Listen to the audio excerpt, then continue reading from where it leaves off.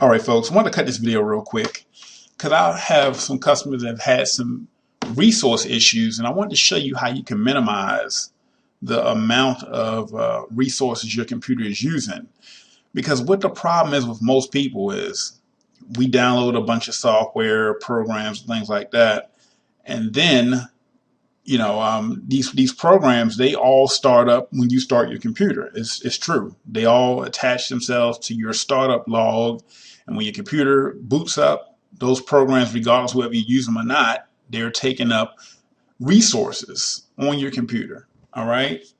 Now, I have a bunch of applications. I actually built my own computer, so my computer can probably handle more than most. I'm quite sure of it. And what I want to do is I want to make this video to help you to pretty much help you sort through some of the issues. Now, I have about 10 software programs running in the background, and I'm not going to show you those, but my system resources, the usage is under 50%, and the physical memory, it bounces back and forth every now and then, but the physical memory is also under 50% as well. And if any of these are above 50%, it's something you need to be mindful of. If they're spiking up to 100% or above 80%, that's critical right there, because that means that your computer is going to function very slow. Everything's going to be lethargic. It's going to take 30, 40 seconds for a web page to load.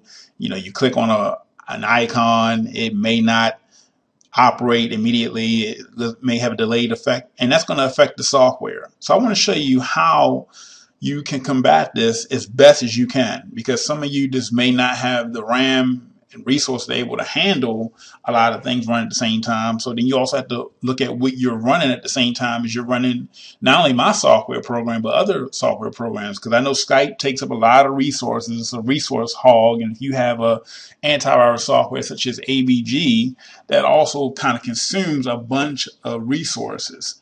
So the program I talk about a lot that helps me manage a lot of things on my computer, since I have a lot of software programs running, is CCleaner. You can get it at ccleaner.com. It's free, doesn't cost any money at all. Do they have an upgraded version?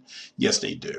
But I've never used their upgraded version. So what I would do is I would open up CCleaner, and when you open it up, this is the interface that you're going to be looking at. I would come down to where it says Tools, and then from there, you have an uninstall, startup, file finder, system resource, and drive wiper. I will come up here to where it says startup, right? Now, this here is all the programs that start up when your computer starts up. If they're enabled, that means yes, they are basically starting up at the same time as your computer is starting up. You don't need that many programs to start up. What I want you to do is I want you to go down every item, and the programs that don't need to start up, such as Skype. Skype does not need to start up when your computer starts up. What you want to do, if it says yes, yes means it's enabled, no means it's disabled. You want to go down and disable. Now, disable does not mean it's removed from the computer, does not mean that you're deleting it or anything like that. It just means that it's not starting up when your computer starts up. So CClean allows you an easy way to go ahead and do this versus going into the actual root and doing it line item by line item. So this is exactly what I would do. I would go down all my programs, see which ones I don't need, and you can actually look at the program name. Like, I don't need uTorrent to start up. It's a torrent, allows me to download torrents off the internet. I don't need that to start up. I actually don't need Flash right now to start up. It is really not necessary. I mean, a lot of these programs like Adobe, Acrobat, and things like that, they don't necessarily need to start up when my computer starts up until I query them, or until I perform an action that actually needs these programs to start up. There's some things that are critical that you want to be in place, such as your antivirus software and just different things like that. So if you recognize the program, and let's say if it's Skype, or if it's a gaming program that you have, These are just common sense things. You want to go ahead and disable those items.